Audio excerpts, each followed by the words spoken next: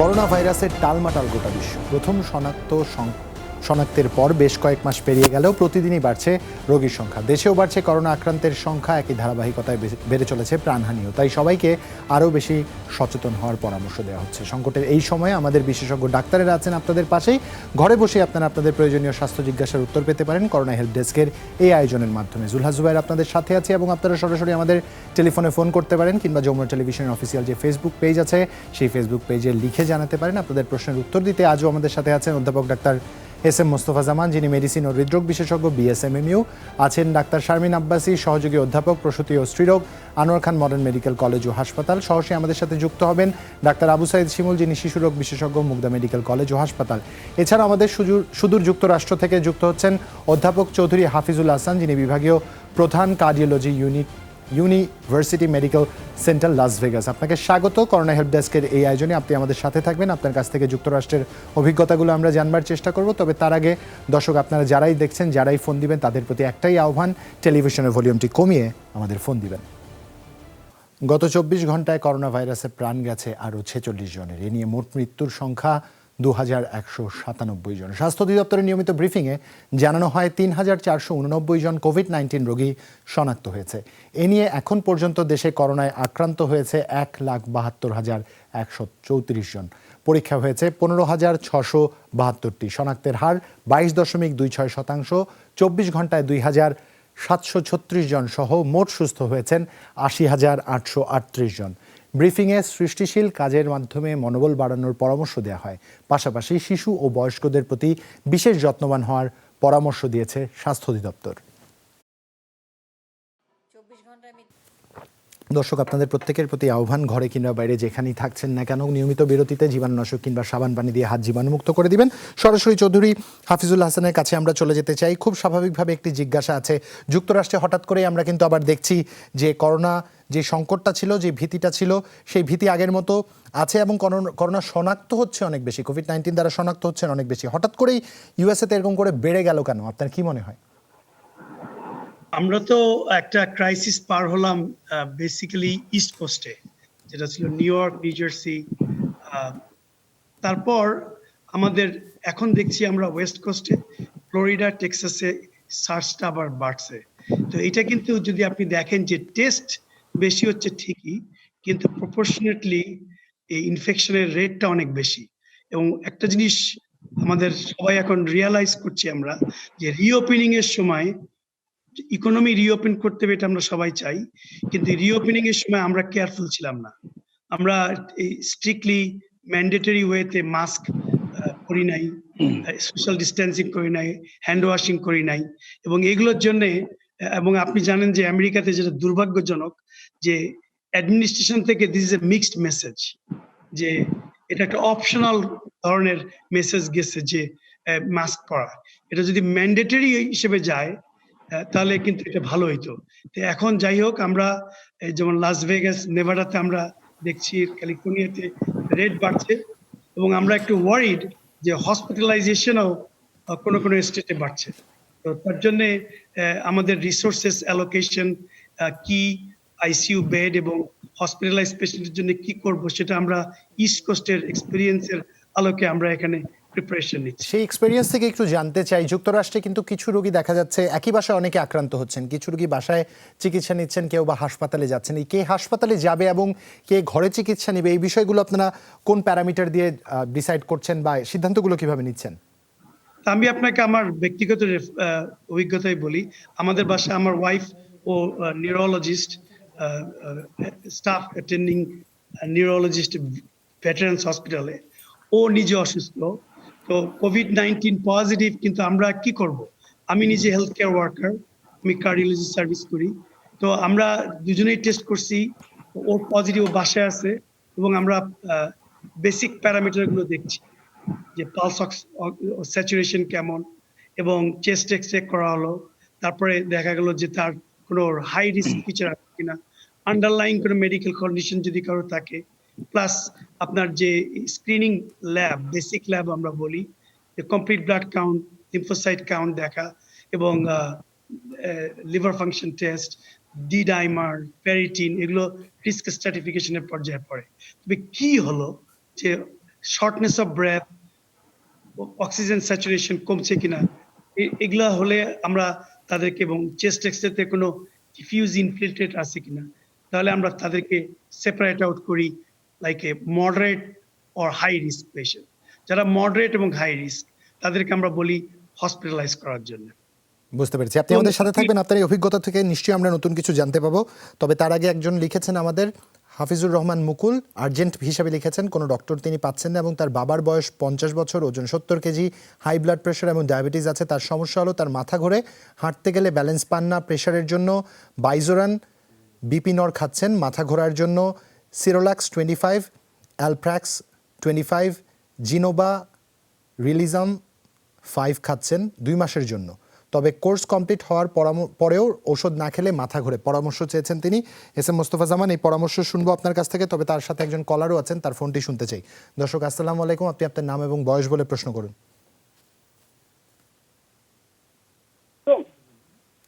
জি দর্শক আসসালামু আলাইকুম, আপনি আপনার নাম এবং বয়স বলে প্রশ্ন করুন। স্যার আমি ওই মুস্তফা জামান স্যারের কাছে প্রশ্ন স্যার। জি বলুন। আমার স্যার এই 1 বছর আগে স্যার ওই প্রস্রাবের রাস্তা দিয়া রক্ত গেছিল। আচ্ছা। তো আমি কিল ব্যাগ খাইছিলাম, এখন তো করোনার জন্য কোনো দিকে যাইতে পারি না। তো এখন একটা স্যারে যদি একটা অ্যান্টিবায়োটিক লিখে দেয় তাহলে। আপনার বয়স কত? আমার বয়স 65 আঙ্কেল। 65। আচ্ছা, আপনার কি উচ্চ রক্তচাপ কিংবা ডায়াবেটিস কিছু আছে? আঙ্কেল আমার ডায়াবেটিস আছে, খাওয়ার পরে 12 আর খাওয়ার আগে 8 থাকে। আর উচ্চ রক্তচাপ উপরে হইলো 160 আর নিচে হইলো 80 আঙ্কেল। আপনি ওষুধ কি খাচ্ছেন রক্তচাপের জন্য? রক্তচাপের জন্য ফিপসুগার্ড খাই আঙ্কেল 50। আচ্ছা। আর আমি ইউরোম্যাক্স ডি খাই। অনকি ইউরোম্যাক্স ডি খামু। আপনার কিডনিতে কোনো সমস্যা আছে? জি কিডনিতে কোনো সমস্যা আছে? রক্তে? কিডনিতে? না কিডনিতে সমস্যা নাই আঙ্কেল। আচ্ছা, বুঝতে পেরেছি। এস এম মোস্তফা জামান, আপনার যদি আর কিছু জানার থাকে। রক্ত কোথায় যাচ্ছে একটু বললো, গলা দিয়ে কাশির সাথে না, ইউরিনের সাথে। ইউরিনের সাথে। জি ধন্যবাদ। আমরা আসলে যে তথ্যগুলো পেয়েছি, বেশ কিছু তথ্য পেয়েছি। তবে ইউরিনে রক্ত যাওয়ার অনেকগুলো কারণ থাকতে পারে। আমরা যেটি বলছিলাম যে ডায়াবেটিস এবং উচ্চ রক্তচাপ বাংলাদেশ কেন সারা বিশ্বে এই দুটি প্রধান শত্রু কিডনি রোগ হওয়ার জন্য। এই দুটি যারা নিয়ন্ত্রণ পূর্বে রাখতে না পারে তাদের কিন্তু কিডনি রোগ হওয়ার সম্ভাবনা থাকে। তবে ইউরিন দিয়ে রক্ত যাওয়ার কতগুলো কারণ থাকে, তার মধ্যে একটি ইনফেকশন বা মূত্র থলিতে ইনফেকশন হতে পারে, মূত্রনালীতে ইনফেকশন হতে পারে। সেজন্য আমাদের ভালো হয় যদি একটি ইউরিন আরএমই করতে পারে এবং সঙ্গে কালচার সেন্সিটিভিটি করতে পারে। তাতে করে কোনো এই সামান্য একটি পরীক্ষা দিয়ে আমরা অনেক তথ্য পেতে পারি। সঙ্গে একটি আল্ট্রাসাউন্ড যদি করতে পারে এবং কিডনিতে কোনো পাথর আছে কিনা অনেক সময় একটি এক্সরে করে বা আল্ট্রাসাউন্ড করে জানতে পারি। আশা করব তিনি একটু বেশি করে পানি পান করবেন এবং সঙ্গে একটি অ্যান্টিবায়োটিক খেতে লাগতে পারে। যদি পরীক্ষা করে তাহলে আমরা সঠিক অ্যান্টিবায়োটিক দিতে পারবো। যদি সেটি করোনা গেলে না পারে, আপাতত লিভক্সিন 500 মিলিগ্রাম প্রতি রাতে একটি করে খাবে। 7 দিন থেকে 10 দিন খেতে লাগতে পারে, অনেক সময় বেশিও লাগতে পারে। কালচার যদি করতে পারে, অ্যান্টিবায়োটিক খাওয়ার আগে কালচার করতে পারলে ভালো।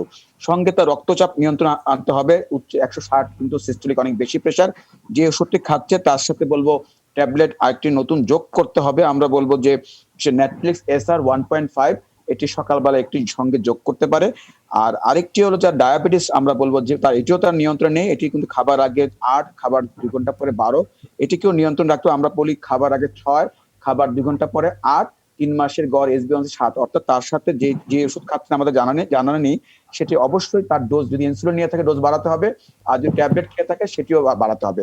প্রথম রোগী যে প্রশ্ন করেছেন তিনি উচ্চ রক্তচাপের বাইজোরান খাচ্ছেন, আরেকটি ওষুধ খাচ্ছেন, তার মাথা ঘুরে। তার জন্য বলবো যে মাথা ঘোরা প্রেশার যদি নিয়ন্ত্রণ না থাকে তার জন্য প্রেশারের মাথা ঘুরতে পারে। আমরা বলবো তার প্রেশারের ওষুধটি আমাদের কত রক্তচাপ জানার নেই, সঙ্গে ঘুম যাতে ঠিক মতো হয় একটু ঘুমের ওষুধ খেতে পারেন। এবং আমরা বলবো কি যে তার মাথা ঘোরার যে কারণ, চোখের সমস্যা হতে পারে, কানের সমস্যা হতে পারে এবং বয়স হলে আমাদের এগুলো একটু চেক করতে হয়। আশা করি নোরিয়াম ট্যাবলেট 10 মিলিগ্রাম একটি করে বড়ি সকালবেলা খাবেন। আর ব্যথা হলে, মাথা ব্যথা হলে নাপা খেতে পারেন। এগুলো খেতে থাকুন এবং রক্তের চাপ যদি জানতে পারেন, যদি নিয়ন্ত্রণ থাকে, তাহলে আমরা বলবো যে আশা করি আস্তে আস্তে কমে যাবে, ভয়ের কিছু নেই। ধন্যবাদ আপনাকে স্যার মোস্তফা জামান। সৈয়দ মিশকাত আমাদের লিখছেন, অনেকক্ষণ ধরে চেষ্টা করছেন, লাইন পাচ্ছেন না তিনি। তার স্ত্রীর ব্রেস্ট ক্যান্সার প্রায় 2 বছর ডিটেক্ট হয়েছে, বয়স 19 বছর। বছরখানেক আগে হোমিও খেয়েছিলেন কিন্তু আশানুরূপ ফল পাননি। লকডাউনের আগে ডাক্তার দেখিয়েছিলেন, একটা নিডল টেস্ট করতে বলেছে, ফলাফল দেখে ডক্টর বলেছিল টিউমার। এখন করণীয় কি? অপারেশন করলে জীবনের ঝুঁকি কেমন? অপারেশন করলে থেরাপি কি বাধ্যতামূলক কিনা এবং অপারেশন ছাড়া বিকল্প কি এবং কতটুকু কার্যকর উপায় আছে, খরচ কেমন তা আমাদের যা জানতে চেয়েছেন। এবং বিয়ের হয়েছে মাত্র 1 মাস ওনাদের। ডাক্তার শারমিন আব্বাসী, আপনি শুনছিলেন। তো আসলে খুবই একটু মন খারাপ করার মতো আসলে ওনাদের একটি হিস্ট্রি ওনারা আমাদেরকে জানালেন।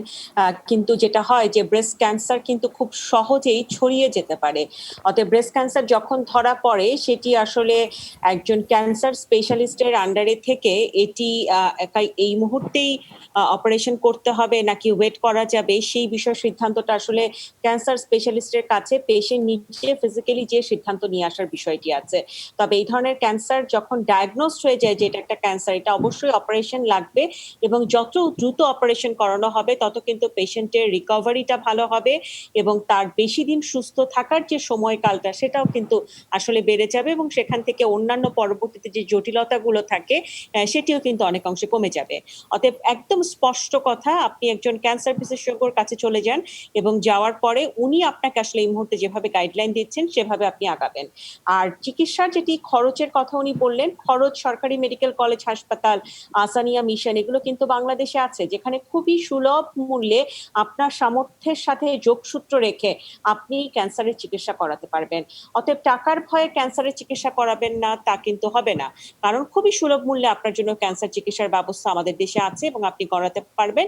এবং ক্যান্সার ব্রেস্ট ক্যান্সারের জন্য লাগে সেটিও আসলে যে খুব বেশি খরচ হয় তা না, সেটিও কিন্তু মধ্যবিত্ত যারা আছেন তাদেরকে আসলে সরকারি হাসপাতালগুলোতে যেভাবে চিকিৎসা করা হয় সেটিও একেবারেই হাতের মুঠোয় চিকিৎসা নেওয়ার যোগ্য একটা জায়গাতেই নির্ধারণ করে দেওয়া আছে। তাই আমি বলবো যে আর দেরি না করে যত দ্রুত সম্ভব এই চিকিৎসাটি উনি করানোর ব্যবস্থা করলে পেশেন্টের জন্য খুব ভালো হবে। ধন্যবাদ আপনাকে ডাক্তার শারমিন আব্বাসী। সাইদুল ইসলাম আমাদের লিখছে, তার বয়স 30 বছর, 22 দিন ধরে আমাদের চেষ্টা করছেন। তার মাঝে মাঝে বুক ধরফর করে, এখন বুকে হাত দিলে মনে হয় হার্টবিট ইরেগুলার, অনিয়মিত হয়ে গেছে। দাঁড়ালে শরীর কাঁপে, মনে হয় পড়ে যাবে। বাম পা বেশি কাঁপে, ভয়ে কোথাও যেতে পারছেন না, ডাক্তার দেখাতে পারছেন না। এবং আমাদের উত্তরে এর আগে তিনি পাননি। তিনি বেক্সট্রিম গোল্ড খাচ্ছেন, তার জন্য সাজেশন চেয়েছেন এস এম মোস্তফা জামান। দুটি কারণে এটি হতে পারে। একটি হলো যে আতঙ্ক থেকে বা দুশ্চিন্তা থেকে, আমরা বলি অ্যাংজাইটি নিউরোসিস থেকে হতে পারে। তবে আরো কিছু পরীক্ষা, যে তার বয়স কম যেহেতু, হার্টের জন্য হলে আমরা সাধারণত কয়েকটি পরীক্ষা করে থাকি, যে হার্টবিটের অনিয়মিত হৃদস্পন্দন যে কথা বলেন, একটি হল্টার মনিটর অর্থাৎ 24 ঘন্টার একটি ইসিজি পরীক্ষা আছে, যেটির মাধ্যমে আমরা জানতে পারি তার অনিয়মিত হৃদস্পন্দন আছে কিনা। যদি হার্ট রেট কম থাকে, অনেকে মাথা করে পড়ে যায়, আমরা বলি সিনকোপ বা প্রি সিনকোপ জাতীয় সমস্যা, সেটি হতে পারে। আরেকটি হতে পারে, আমরা বলবো চোখ কানের সমস্যা হতে পারে। তবে একটি ইকোকার্ডিওগ্রাফি এবং আমরা বললাম হল্টার মনিটরিং, এই দুটি পরীক্ষা করবে হার্টের জন্য, সঙ্গে একটি বুকের এক্সরে করবে। আর অনেক সময় যদি অনেকের কারো বমি হয়, ইলেকট্রোলাইট ইমব্যালেন্স, লবণ পানির তারতম্য, সেটির একটি হিস্ট্রি থাকে, কারো বমি থাকে অথবা পাতলা পায়খানা থাকে, ডায়রিয়া থাকে, সেটি না হলে আশা করি যদি যা যা পরীক্ষাগুলো বললাম যদি এগুলো ভালো থাকে, তাহলে আমরা ধরে নিব যে তিনি আতঙ্ক থেকে অথবা দুশ্চিন্তা থেকে হচ্ছে। আর যদি খারাপ কিছু আছে কিনা জানতে চাই, এই পরীক্ষাগুলো করে একজন ডাক্তার বা চিকিৎসক সাক্ষাতে পরামর্শ করবেন। ধন্যবাদ আপনাকে এস এম মোস্তফা জামান। একজন কলার আছেন আমাদের সাথে। দর্শক আসসালামু আলাইকুম, আপনি আপনার নাম এবং বয়স বলে প্রশ্ন করুন। ওয়ালাইকুম আসসালাম। জি, আমার নাম হচ্ছে মোহাম্মদ আলমগীর হোসেন। জি। যে প্রশ্ন হচ্ছে আমার মেয়ের বিষয়ে। জি। বয়স 9 বছর। ছোটবেলা থেকে ওর মাথা প্রচন্ড ঘামতো। তো অনেক ডাক্তার দেখাইছি, বিশেষজ্ঞ শিশু বিশেষজ্ঞ দেখাইছি, তারা বলছে যে বড় হলে আস্তে আস্তে ঠিক হয়ে যাবে। জি। কিন্তু এখনো ওটা সারেনি, ওরকমই আছে। শীতের দিনও মাথা প্রচুর ঘামে খেলাধুলা করলেই।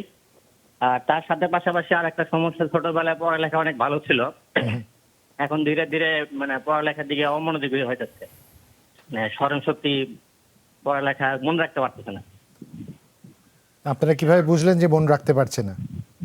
এখন আপনার যে পড়াটা সকালে মুখস্থ করে, যে বিকেলে তাকে করতে বলা হয়, সে আর বলতে পারে না। আগে ছোটবেলায় তার মানে আপনারা এই জন্য তার সাথে জোরাজোরিও করছেন, চাপ দিচ্ছেন, এটা বোঝা যাচ্ছে।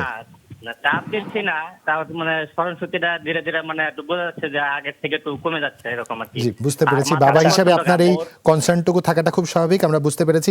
আবু সাইদ শিমুল, আপনি শুনছিলেন। আপনি যে আমার একটা প্রশ্নের শুধু উত্তর দেন, যে আগে স্কুলে ওর রোল কত ছিল আর এখন কত? আলমগীর হোসেন। 9 বছরে তো স্কুলে যায়। জি। যে পরীক্ষায় যে বার্ষিক পরীক্ষা দেয়, আগে রোল কত ছিল আর এখন রোল কত? ওকে যখন আমরা ছোটবেলা থাকতে প্লেতে দিয়েছিলাম, তখন শিক্ষকরা 3 মাস ফ্রি ক্লাস করার পর তাকে নার্সারিতে দিছিল। নার্সারি থেকে পরীক্ষায় পাশ করে কেজি 1-তে উঠছিল, তখন হচ্ছিল 7।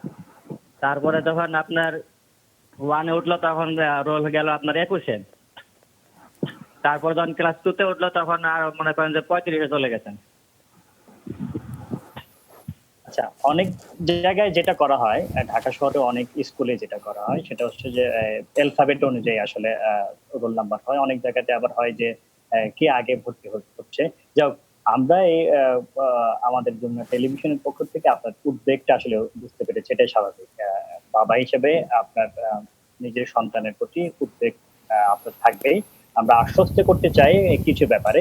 আপনাকে যদি প্রথমেই ছোটবেলাতেই যদি কেউ বলতো যে এটা বড় হলে ঠিক হয়ে যাবে, এই কথাটা না বলে যদি কেউ এভাবে বলতো যে এটা আসলে কোনো রোগই না, এটার যে কোনো চিকিৎসা লাগবে না, তাহলে কিন্তু আপনার এই উদ্বেগটা কিন্তু থাকতো না। আমরা এখান থেকে আপনাকে এই ব্যাপারে আশ্বস্ত করতে চাই যে এইভাবে যে ঘামিয়ে যাওয়া, এটা কিন্তু আমাদের নিজেদের বাচ্চারাও এরকম একটু দৌড়াদৌড়ি করলে বা একটু কাজ করলে বা দেখা যায় যে ফ্যানের ছাড়া থাকলেই ঘেমে যাচ্ছে। সুতরাং আমরা এটা আশ্বস্ত করতে চাই এটা একদমই স্বাভাবিক।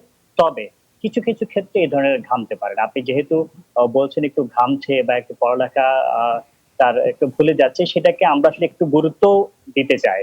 কারণ বাচ্চাদের ক্ষেত্রে আমরা দেখা যায় যে অটোইমিউন থাইরয়েড ডিজিজ এটা কিন্তু হয়ে থাকে, এবং থাইরয়েডের কিছু সমস্যার ক্ষেত্রে আমরা এভাবেই কিছু রোগী পাই যাদের পড়ালেখায় বা কিছু সমস্যা হতে পারে। সেজন্য করোনা কাল শেষ হয়ে গেলে আপনি FT3, FT4 এবং TSH এই 3টে পরীক্ষা করে যদি আমাদের সাথে যোগাযোগ করেন, এবং ঘামের জন্য যদি কিছু কিছু ক্ষেত্রে দেখা যায় যে অনেক সময় হিডেন হৃদরোগ থেকে যায় জন্মগত, যেটা একটু বয়স বেড়ে গেলে অনেক সময় প্রকাশ পায়, সেই ক্ষেত্রেও হতে পারে আসলে। সেই ক্ষেত্রে আপনি যদি একটা ইকোকার্ডিওগ্রাফি, এই দুটো পরীক্ষা, একটা রক্তের পরীক্ষা এবং ইকোকার্ডিওগ্রাফি, এই দুটো করে যদি আমাদের কাছে আবার আপনি ফোন করেন, কোনো যদি সুযোগ থাকে, তাহলে আমরা আপনাকে একদম পুরোপুরি ভাবে আশ্বস্ত করতে পারবো যে ওর অন্য কোনো সমস্যা নেই। শুধুমাত্র ওকে মেন্টাল সাপোর্ট দিলে, ওকে আশ্বস্ত করলে বাচ্চা ভালো হয়ে যাবে। এই সময় আপনি কি করবেন? এই সময় যেহেতু করোনা কাল, সবাই ঘরের মধ্যে আবদ্ধ রয়েছে, আমাদের এটাই পরামর্শ থাকবে, ওকে আশ্বস্ত করবেন। পড়ালেখার ব্যাপারে কিন্তু চাপ দেওয়া যাবে না। 9 বছর বয়স থেকে কিন্তু বাচ্চাদের মধ্যে একটা ব্যক্তিত্ব গড়ে ওঠে, এবং তাকে যদি একটু আপনি বকাঝকা করেন, দেখা যাবে যে তার জেদ চলে আসবে। এবং ছোট শিশুরা কিন্তু এখন আমরা দেখছি ইদানিংকালে খুব আবেগী হয়ে যাচ্ছে। আমাদের সময় যেমন ছিল যে বকা খেয়ে চুপ করে থাকবো, তা কিন্তু হয় না। সুতরাং এই আবেগকে কিন্তু গুরুত্ব দিতে হবে। সেই যে একজন মানুষ, তার যে একটা ব্যক্তিত্ব রয়েছে, সেটা আপনি খেয়াল করেন। বাইরের কোনো আত্মীয় স্বজন বা বাইরের কোনো মানুষের সামনেও তার এই পড়ালেখার ব্যাপারে একেবারে আলাপ করা যাবে না। ধীরে ধীরে দেখবেন সে ভালো হয়ে যাবে। তবে ঘামের জন্য এই মুহূর্তে কিছু করার দরকার নেই। তার পুষ্টিটা নিশ্চিত করবেন, আয়রন জাতীয় খাবার দিবেন, এবং সেই সাথে পম্পিরন একটা সিরাপ রয়েছে, অনেক সময় আয়রনের কারণে এটা হতে পারে। পম্পিরন সিরাপটা 1 চামচ করে দিনে 2 বার দিবেন। পোগো একটা সিরাপ রয়েছে ভিটামিন, 1 চামচ করে 2 বার। যদি 6 মাসের মধ্যে কৃমির ওষুধ না খাইয়ে থাকেন, অ্যালবেন ডি সিরাপ, সেটা দিবেন আপনি 2 চামচ 1 সপ্তাহ পরে আবার। এবং পুষ্টি নিশ্চিত করলে এবং তাকে মানসিকভাবে যদি তাকে আপনি সাপোর্ট দিয়ে যান, আমার মনে হয় ভালো হয়ে যাবে। এবং সেই সাথে পরীক্ষাগুলো করে আমাদের সাথে যদি যোগাযোগ করেন, আমরা নিশ্চিতভাবে আরো আপনাকে আশ্বস্ত করতে পারবো। অসংখ্য ধন্যবাদ আবু সাইদ শিমুল আপনাকে। এস এম মুস্তফা জামান, আপনার জন্য একটি প্রশ্ন আছে। জিয়াদ ইসলাম লিখছেন, তার বোনের করোনা পজিটিভ, বয়স 25 বছর, কিন্তু কোনো লক্ষণ নেই করোনার, পরীক্ষা করায় পজিটিভ আসছে, হঠাৎ করে তার শ্বাসকষ্ট হচ্ছে, তিনি কি করবেন জানতে চেয়েছেন। এই প্রশ্নের উত্তর আপনার কাছ থেকে আমরা নিব, তবে একটা বিরতিতে যেতে চাই। দর্শক, করোনা হেল্প ডেস্কের এই পর্যায়ে ছোট একটা বিরতি নিচ্ছি, ফিরছি এক্ষুনি, সাথেই থাকুন।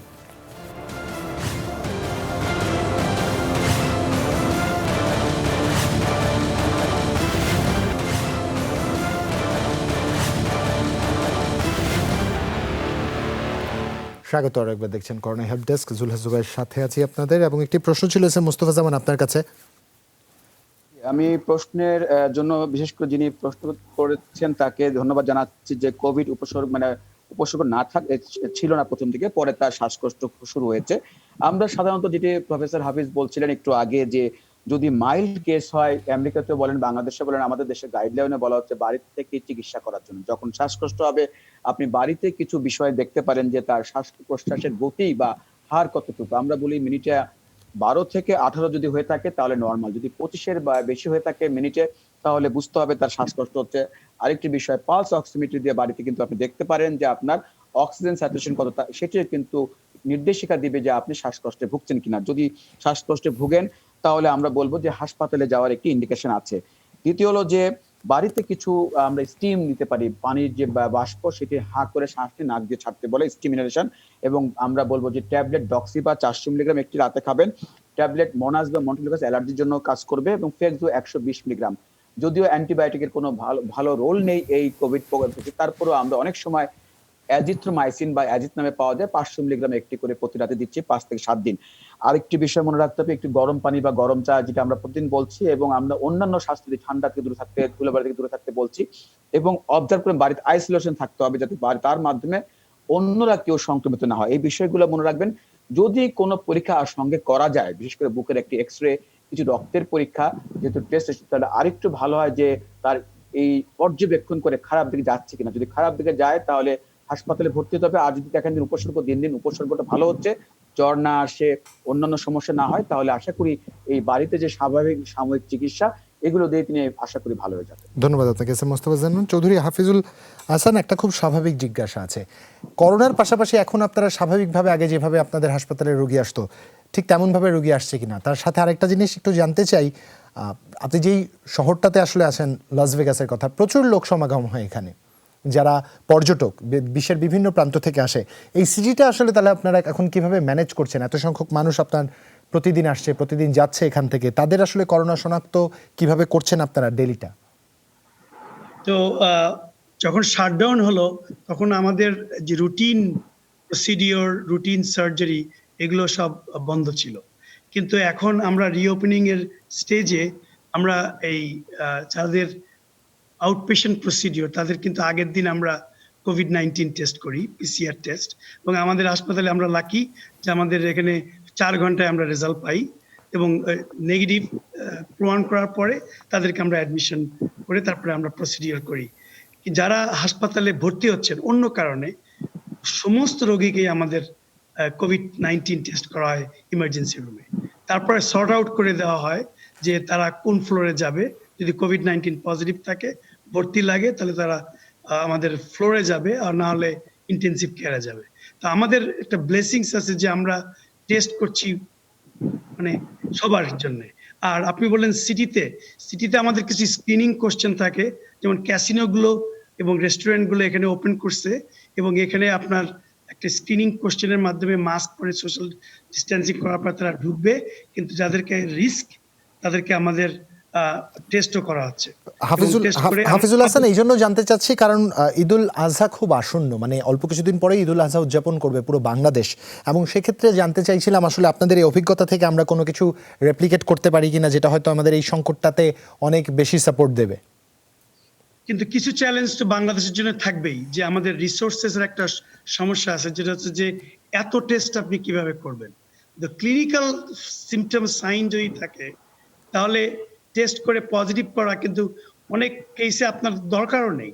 আমি আপনাকে বলি যে আমার বোনের জামাই, অনেকের সিমটম এত সাজেস্টিভ বাংলাদেশে, ঢাকায়, তাদেরকে আমি বলতেছি যে টেস্ট করার দরকার নেই। Consider that this is COVID-19, isolate and then take the necessary measures, follow, and then এই কোভিড এর 3টা ফেজ আছে, early phase, intermediate, late phase. যদি কোনো কমপ্লিকেশন না হয়, you need to be very vigilant. Pulse oximeter দেখা, respiratory rate দেখা, তারপরে লেট ফেজে কোনো ইনফ্লামেটরি আছে কিনা। আমরা যে বইতে কালেকশন করছি কেসের, সেখানে আমরা ক্লিনিশিয়ানদেরকে এই কালেকটিভ এক্সপিরিয়েন্সটাই শেয়ার করতে চাচ্ছি, যাতে করে তারা ভিজিলেন্ট থাকে, কারা এই COVID-19 ইনফেকশন হওয়ার পরে কারা ডিটোরিয়েট করে, এবং তাদেরকে কিভাবে আর্লি সেপারেট করে আমরা হাসপাতালে ভর্তি করে ট্রিটমেন্ট। আপনি কতটা হোপফুল যে বইটা আপনি সম্পাদনা করলেন, আপনি কতটা হোপফুল বইটা নিয়ে? বইটা আসলে সম্পাদনা করছি আমি, যেমন মনে করেন ওভার 50 অথার্স, বাংলাদেশের মনে করেন national heart foundation, national institute of cardiovascular disease, Bangabandhu Sheikh Mujib এবং ইব্রাহিম কার্ডিয়াক, এখানকার অনেক অথর আছেন। আমরা অক্সফোর্ড এবং লন্ডন থেকে অথর, এবং আমেরিকার বিভিন্ন স্টেট থেকে তারা আমাদের কেসগুলো দিয়েছেন, এবং এই কেসগুলো আমরা as if like story telling এর মতো, গল্প বলার মতো আমরা বলছি, এবং তাদেরকে বলছি যে কি ইনভেস্টিগেশন করা উচিত, এবং ডিসকাশন করা, আলোচনা করা যে কিভাবে তারা এত ফিজিওলজিক বেসিস এবং ডিজিজের ফেজ বুঝে কিভাবে তারা থেরাপিউটিক স্ট্র্যাটেজি ডিজাইন করেছিলেন, সেগুলো আমরা আমাদের রিডারদের সাথে শেয়ার করতে চাচ্ছি। এবং প্রত্যেকটা কেসের নিচে রেফারেন্স দেওয়া আছে, যাতে করে রিডাররা এই রেফারেন্সটা ক্রস চেক করতে পারে। এবং আমার মনে হয় যে একটা প্যান্ডেমিকের সময় কোনো টেক্সট বুক যখন নাই, তখন এই ধরনের কেস বেসড অ্যাপ্রোচ, আমার মনে হয় এই কালেকটিভ এক্সপিরিয়েন্স শেয়ার করাটা আমার মনে হয় আমাদের ফ্রন্ট লাইনে বাংলাদেশে যারা কাজ করছেন তাদের জন্য উপকারে আসবে, সেজন্যই করা। ধন্যবাদ আপনাকে। খুব সুন্দর করে কিন্তু আপনি বলছিলেন, আসলে আমরা নতুন অনেক কিছু জানতে পারছি। এস এম মোস্তফা জামান একজন প্রশ্ন করেছেন, ওমান থেকে তিনি আমাদের দেখছেন এবং গত 2 দিন ধরে তার মাঝে মাঝেই গলা ব্যথা করছে। এখন তিনি কি করতে পারেন? আর কোনো উপসর্গ তার নেই বা আর কোনো সমস্যাও নেই? যদি শুধু গলা ব্যথা করে তাহলে আসলে আমরা বলবো ভয়ের কিছু নেই। যদিও করোনা ভাইরাসের অনেকেরই কিন্তু এরকম গলা ব্যথা নিয়ে মানে প্রকাশ করে থাকে, পজিটিভ ধরা পড়ছে টেস্ট করলে। কিন্তু একটু আগে কিন্তু বলছিলেন অধ্যাপক হাফিজ যিনি, যে শুধু যদি মাইল্ড কেস থাকে তাহলে কিন্তু আমরা তো বলবো যে ভয়ের কোনো কারণে বাড়িতে থেকে একটু গরম পানির ভাপ নেবেন, যেটা স্টিম ইনহেলেশন বলি, একটু গরম পানির পান করবেন এবং অন্যান্য রং চা বা আদা চা যেগুলো বলে থাকি স্বাভাবিক ট্যাবলেট প্যারাসিটামল একটি করে 3 বেলা খাবেন এবং ভয়েস রেস্ট দিবেন, অর্থাৎ একটু কম কথা বলবেন, গলায় যদি স্ট্রেস না পড়ে, অর্থাৎ সেটিকে একটু রেস্ট দিয়ে দিলে কিন্তু অল্প কথা বললে, উচ্চ স্বরে কথা না বললে গলাটা একটু ভিজিয়ে রাখবে, মাঝে মাঝে অল্প অল্প করে পানি পান করবেন, তাতে করে কিন্তু ভালো থাকবেন। আশা করি ভয়ের কোনো কারণ নেই। আমি মনে করি যে মানে পরামর্শগুলো আমরা দিয়েছি এতে করেই কিন্তু কয়েকদিন পরে আশা করি ভালো হয়ে যাবেন। যদি তার অ্যালার্জি থাকে তাহলে আমরা নতুন করে আমরা মন্টিলিউকাস দিয়ে থাকি এবং ফেক্সোফেনাডিন জাতীয় ওষুধ দিয়ে থাকি। যদি কোনো অন্য কোনো উপসর্গ না থাকে কোনো বাকি কোনো ওষুধ খেতে হবে না।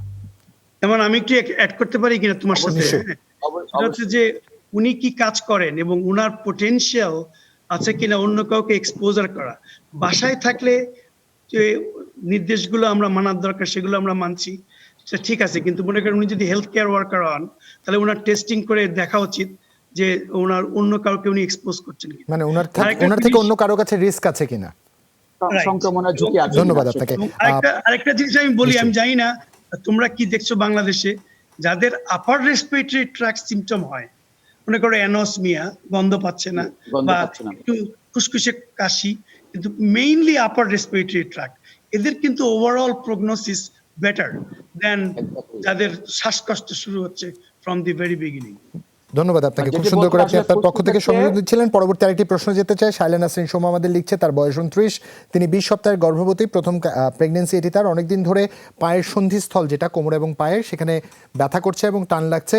বাঁদিকে ব্যথা বেশি, উঠা বসা করলে ব্যথা বেশি হয় এবং তার প্রস্রাব করবার সময় পুরো ভ্যাজাইনাল এরিয়া খুব চাপ লাগে এবং টান অনুভব করেন তিনি।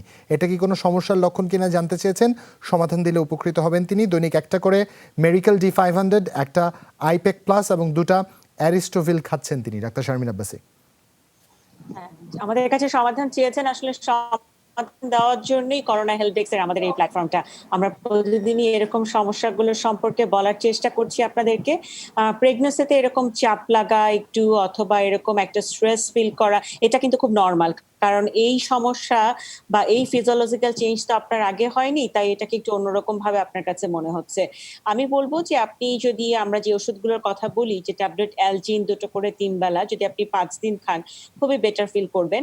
আর একটু রেস্ট নিতে হবে। রেস্টটা হচ্ছে যেই জায়গাটায় ব্যথা সেই জায়গাটাকে আপনাকে একটু রেস্ট দিতে হবে। কোমরের ব্যথা এবং যে আপনার জয়েন্টের জায়গাটায় ব্যথা, সেটাকে আপনি যদি একটু রেস্ট নেন, ইউ ফিল বেটার, আপনি ভালো ফিল করবেন। এবং আরেকটি বড় কথা যেটা, যে আপনি যে জায়গাটাতে একটা প্রেশার ফিল করছেন, এটা কিন্তু প্রেগন্যান্সি যত প্রোগ্রেস হয় অনেকে প্রেশার ফিল করে, কিন্তু এই ধরনের প্রেশার ফিল 2টো সমস্যার কারণে হতে পারে। একটা হচ্ছে ইউরিনারি ট্র্যাক্ট ইনফেকশন, যে কথাটা প্রতিদিনই আমরা একবার করে আপনাদেরকে মনে করিয়ে দেই প্রেগন্যান্সিতে, এবং আরেকটি হচ্ছে অনেক সময় অ্যাবর্শনের কিছু প্রসেসেরই একটা সিমটম হিসেবে এরকম নিচের অংশটা ভারী হয়ে আসাটা লাগে। তাহলে এই মুহূর্তে করণীয় কি আছে?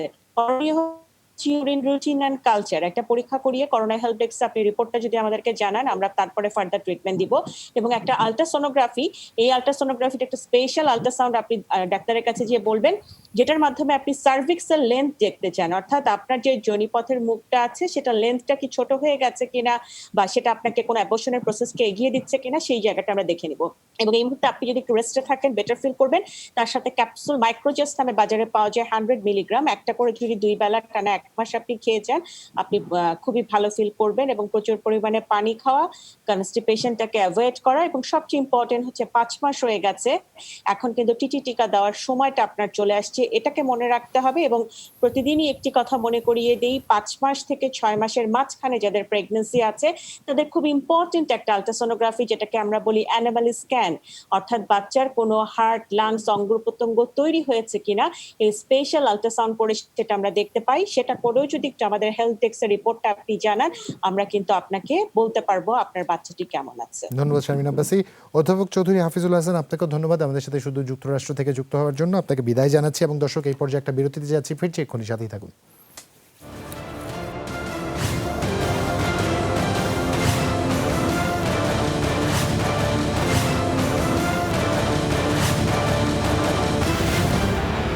করোনা হেল্প ডেস্কে আরও একবার স্বাগত। সরাসরি আবু সৈয়দ শিমুল, আপনার কাছে যেতে চাই। একজন প্রশ্ন করেছেন, তার মেয়ের বয়স 3 মাস, একদিন ওর নাকে প্রচুর সর্দি হয়েছে এবং সর্দি তিনি বলছেন পেকেও গেছে এবং প্রচুর শব্দ হচ্ছে, কি করণীয় তার জন্য? আসলে 3 মাস একদিনে নাকের সর্দি পেয়ে যাওয়ার একটা কারণ হতে পারে হয়তো আপনি কোনো ওষুধ খাইয়েছিলেন। এই ক্ষেত্রে যেটা করা হয়, অনেকেই অ্যান্টিহিস্টামিন জাতীয় ওষুধ খাইয়ে দেয়। সেটা খেলে যেটা হয়, এটা সাইড এফেক্ট হিসেবে যে পাতলা সর্দিটা সেটা কিন্তু ঘন হয়ে যায়। আমাদের সবার প্রতি অনুরোধ থাকবে, এত ছোট বয়সে আসলে ওষুধ খাওয়ানোর ক্ষেত্রে যদি আসলে খাইয়ে থাকে তাহলে একটু আমাদের যত্নবান করতে হবে। এই সময় যেটা করবেন, বারবার বুকের দুধ দিবেন এবং নাকে লবণ পানির যেটা ড্রপ, নর্সল ড্রপ নামে পাওয়া যায়, কিন্তু কিংবা যদি আপনি দোকান থেকে নাও কিনেন, গরম পানিতে কয়েক ফোঁটা যদি লবণ দিয়ে দেন তাহলে কিন্তু একটা ড্রপ হয়ে যায়, সেটা নাকে দিবেন। তো যদি আসলে সমস্যা হয় তাহলে আমরা বলে থাকি যদি বারবার বুকের দুধ খাওয়ানো এবং নিয়মিত গোসল করা। অনেকেই যেটা করেন নিয়মিত গোসল করেন না, ঠান্ডা লেগে যাওয়ার ভয়ে। এই কাজটা যদি করেন দেখবেন যে আগামী 5 থেকে 7 দিনের মধ্যে সে ভালো হয়ে যাবে। কারণ বুকের দুধের মধ্যে যে ন্যাচারাল ইমিউনিটি রয়েছে, তার রোগ প্রতিরোধ ক্ষমতা, তা দিয়েই কিন্তু ছোট শিশুদের বেশিরভাগ রোগ ভালো হয়ে যায়। সুতরাং ছোট শিশুদের জ্বর, সর্দি, কাশি এগুলিতে আপনি 3-4 দিন অপেক্ষা করবেন কোনো ওষুধ খাওয়ানোর আগে, বুকের দুধটা বারবার খাবেন, তাহলে দেখবেন বেশিরভাগ ক্ষেত্রে তার যে সামান্য সমস্যা ছিল সেই সমস্যা থেকে সে পরিত্রাণ পাবে। ধন্যবাদ আপনাকে ডাক্তার শারমিন আব্বাসী। খুব স্বাভাবিকভাবে এরকম প্রচুর প্রশ্ন পাচ্ছি আমরা এই লকডাউনের সাধারণ ছুটির যে সময়টা ছিল, কাঙ্ক্ষিত অনাকাঙ্ক্ষিত যে কোনোভাবে বলি না কেন, অনেকেই প্রেগনেন্ট হয়েছেন এবং তারা আমাদের কাছে লিখেওছেন। কারো কারো হয়তো ডায়াবেটিস বাসায় টেস্ট করেছেন, ডায়াবেটিসও ধরা পড়েছে, রক্তচাপও ধরা পড়েছে। এখন আসলে তাদের জন্য যত্ন নেওয়ার উপায়টা কি হবে? এখনো যত্ন নেওয়ার উপায় যে অনেকেরই 3 মাস চেক আপ হচ্ছে বন্ধ ছিল, এখন 3 মাস অনেক বড় সময় চেক আপ বন্ধের। আমরা বলবো যে আপনি মেডিকেল কলেজ হাসপাতাল অথবা পার্সোনালি যদি কেউ চেম্বারে দেখান ডাক্তার, তার কাছে স্বাস্থ্যবিধি রক্ষা করে চলে আসুন। কারণ আমরা কালকে গতবার বলেছিলাম বারবার যে ওয়েটটা দেখা খুব দরকার, ব্লাড প্রেশার দেখা খুব দরকার, ব্লাড সুগার কতটুকু বাড়তি এগুলো দেখা দরকার। কারণ এগুলো যদি কন্ট্রোলে না থাকে যে কোনো মিস আপ কিন্তু হয়ে যেতে পারে। অতএব একটাই অনুরোধ থাকবে যে এখন যাদের 3 মাস গ্যাপ পড়ে গেছে প্রেগনেন্সি, তার ডায়াবেটিস বা প্রেশার থাকুক আর না থাকুক, গর্ভকালীন চেক আপ 3 মাস যার বাদ পড়ে গেছে সে অবশ্যই এখন চেক আপের জন্য আসবেন স্বাস্থ্যবিধি রক্ষা করে। ধন্যবাদ আপনাকে। ফারজানা এস অন্নি আমাদের লিখছে, তার মার ডায়াবেটিস আছে এবং ব্রেস্ট ক্যান্সার আছে, তার 21 দিন থেকে তার জ্বর, নিঃশ্বাস নিতে কষ্ট হচ্ছে, কি করবে? তিনি মোনাস্টেন খাচ্ছেন, রফিউ ক্লাভ খাচ্ছেন, বিউকফ খাচ্ছেন, নেবুলাইজার দিচ্ছেন উইন্ড প্লাস দিয়ে, কি করবেন এস এ মোস্তফা জামান? আসলে প্রথম যে ব্রেস্ট ক্যান্সারের জন্য ক্যান্সার বিশেষজ্ঞের পরামর্শ নিতে হবে, নিশ্চয়ই তাকে পরামর্শ দিয়েছে এবং ওষুধ খাচ্ছেন নিশ্চয়ই। তো আশা করি সেই বিষয়টাতে কিন্তু যাদের ক্যান্সার থাকে অনেক সময় তাদেরও কিন্তু শ্বাসকষ্ট, ফুসফুসে ইনভলভমেন্ট হতে পারে। সেক্ষেত্রে যে ওষুধগুলো খাচ্ছেন শ্বাসকষ্ট সংক্রমণের জন্য, আশা করি সেগুলো খাবেন। সঙ্গে নিয়ম নীতি পালন করবেন, বিশেষ করে ঠান্ডা ধুলোবালিতে দূরে থাকবেন এবং স্টিম নেবেন। অ্যান্টিবায়োটিক নিশ্চয়ই খাচ্ছেন এবং কফের জন্য কফের সিরাপও খাচ্ছেন, কিন্তু এতে করে পুরোপুরি কাজ না হলে অনেকে নেবুলাইজেশন নেয়। মনে রাখতে হবে নেবুলাইজেশন শুধু বাড়িতে ইমার্জেন্সি যখন দিবেন তখনই কাজ করবে, এটি দীর্ঘমেয়াদী কোনো উপকার দিবে না। সেই জন্য আমরা ইনহেলার ব্যবহারটিকে বেশি প্রাধান্য দিয়ে থাকি। ইনহেলার 2 রকম, একটি হলো আপনার ব্রডিল অথবা একটি ইনহেলার আছে যেটি হলো নেবুলাইজারের মতো কাজ করে, যদি তিনি নিতে ব্যবহার করতে জানেন তাহলে সেটি কাজ করবে। আরেকটি ইনহেলার আছে যেটি বেক্সিট্রল 250 2 চাপ করে 2 বেলা, যেটি আসলে তার প্রিভেন্টার হিসেবে কাজ করে, যাতে বাধা দিবে যাতে তার শ্বাসকষ্ট না হয়। এর সঙ্গে অ্যান্টিবায়োটিক খাচ্ছেন। অনেক সময় আমরা অল্প সময় ডক্সিবা ট্যাবলেট আছে একটা, এই নেবুলাইজারের যে কাজটি করে, যারা নেবুলাইজার ব্যবহার শিখতে পারেন না তাদের জন্য ডক্সিবা 400 মিলিগ্রামের প্রতি রাতে একটি করে, এটি খেলে শ্বাসকষ্ট তার কাশি কমবে। এবং ইনহেল অ্যান্টিহিস্টামিন জাতীয় ফেক্সো জাতীয় ওষুধ 120 মিলিগ্রামের প্রতি রাতে একটি খাবেন। আশা করি ভালো থাকবেন। এর সঙ্গে যদি আরেকটি ওষুধ আছে, একটি স্টেরয়েড জাতীয় ওষুধ আমরা কখনো কখনো দিয়ে থাকি, যেহেতু তার ক্যান্সারের সমস্যাটি আছে, অনেক সময় ইমার্জেন্সি কমানোর জন্য আমরা ট্যাবলেট কর্টান 10 মিলিগ্রাম একটি ট্যাবলেট প্রতি রাতে একটি করে 5 থেকে 7 দিন আমরা দিব অল্প সময়ের জন্য, তাড়াতাড়ি সুস্থ হবার জন্য। আশা করি তিনি আমার পরামর্শটি বুঝেছেন এবং এর সাথে ক্যান্সারের যে চিকিৎসা চলছে সেটা অবশ্যই চলবে। ধন্যবাদ আপনাকে। ফাহিমা আহমেদ আমাদের লিখেছেন 4-5 দিন যাবৎ কল করছেন, তিনি পাচ্ছেন না। তার স্বামীর বয়স 27, প্রায় 1 বছর পর্যন্ত বুকে ব্যথা, কিছু খেলে পেটের বাদিকে নিচে তীব্র ব্যথা হয়। ডাক্তার তাকে ডায়াবেটিস বলে, দুঃখিত, গ্যাস্ট্রিক বলে ডায়াগনোজ করেছেন এবং স্থানীয় ডাক্তার গ্যাভিসকল ও ডেক্সলান 30 দিয়েছিল। এতে আবার কমে এবং বাড়ে, কি করতে পারে? 30 সেকেন্ড। এস এম মোস্তফা জামান। আসলে তার সত্যিকার অর্থে কোনো খারাপ কোনো রোগ আছে কিনা, হার্টের রোগ আছে কিনা, দীর্ঘমেয়াদী যেহেতু সমস্যা, পরিশ্রম করলে হার্টের যদি বুকে চাপ বাড়ে তাহলে বুঝতে হবে হার্টের সমস্যা হতে পারে। এই জন্য আমি বলবো একটি ইসিজি, একটি বুকের এক্সরে, একটি ইকোকার্ডিওগ্রাফি, এই 3টি পরীক্ষা করে জানতে পারবেন হার্টের সমস্যা আছে কিনা। যেহেতু বয়স্ক, আশা করি হার্টের সমস্যা নাও থাকতে পারে। একটি সিরাম আইজি অ্যালার্জি পরীক্ষা আছে কিনা, সিবিসি পরীক্ষা করে, রক্তের পরীক্ষা করে জানতে পারবেন হিমোগ্লোবিন কম আছে কিনা। আশা করি এই সমস্যাগুলো জানতে পারেন। আরেকটি বিষয়, ট্যাবলেট না খেলে তার পিঠের সমস্যা চলে যাবে এবং ডেক্সলান বা র্যাবিপ্রাজল যেগুলো খাচ্ছেন, এতে করে কিন্তু তার যে গ্যাস্ট্রিকের সমস্যা সেটি ভালো হয়ে যাবে। আশা করি খারাপ কিছু হবে না। এবং কিছু ফিজিক্যাল এক্সারসাইজ তাকে জানতে হবে, শিখতে হবে এবং যেসব খাদ্য খেলে তার সমস্যা হয় সেগুলো নিয়ন্ত্রণ করবেন এবং যেসব পারিপার্শ্বিকতার সমস্যাটি বাড়ে সেগুলো নিয়ন্ত্রণ ধন্যবাদ করবেন। আপনাকে এস এম মোস্তফা জামান, ধন্যবাদ ডাক্তার শারমিন আব্বাসী, ধন্যবাদ ডাক্তার আবু সাইদ শিমুলকেও। আর দর্শক, এখানে আজ বিদায় নিচ্ছি। কাল আরও একবার দেখা হবে। সে পর্যন্ত সবাই ভালো থাকবেন। শুভরাত্রি।